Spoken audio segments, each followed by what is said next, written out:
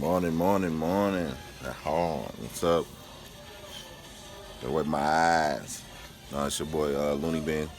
Had to make this quick video because I finally got my rig working. I'm gonna just show y'all what it look like,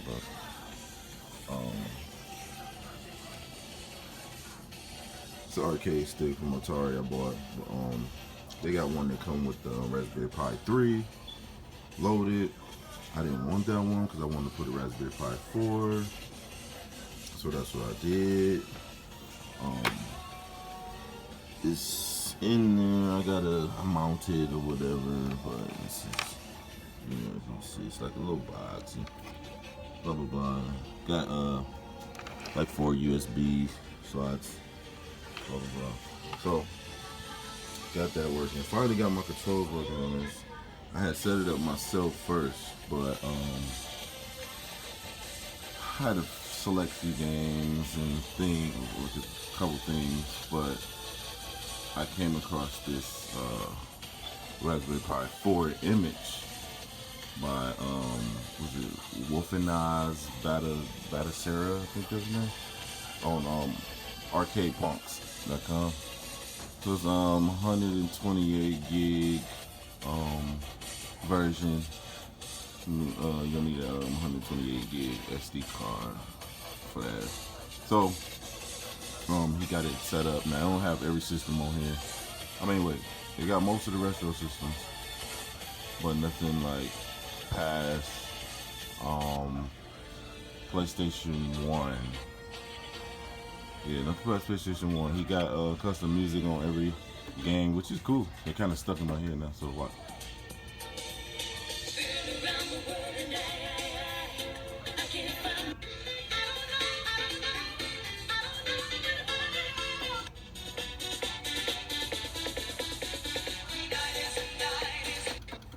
So yeah,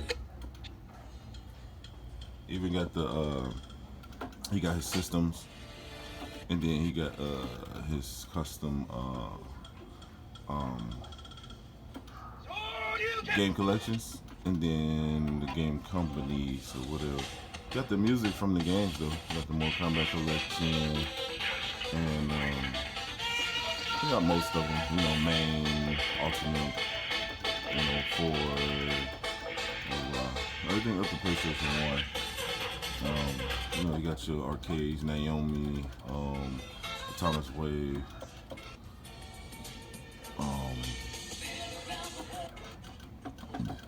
It is a lot of systems on here, I can tell you that. And I unchecked the list of systems, like, cause it was like so many retro systems that I don't even know about and I didn't play, so I took them off.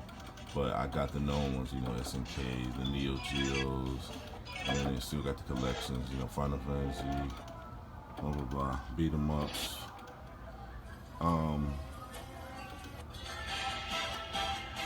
Anything that he don't got on here, which you probably won't run on like that, is Blitz, and some 64 games run a little bit choppy. Mario 64 runs smooth. Mario Tennis didn't run. I couldn't really play it like that. But I didn't overclock it to the extreme. Like you can go down to system settings and then go to overclock. I have it at 1300 megahertz. You can go to turbo. You can go to extreme. And then insane. I didn't want to overdo it. I plan on trying it in the future, but I don't want to burn this thing up. I don't think I have the ultimate, fan system, cooling system on there. But that's it. It got, I like playing NBA Hang Time and stuff like that. Killer Instinct, I haven't tried it yet, but it should play.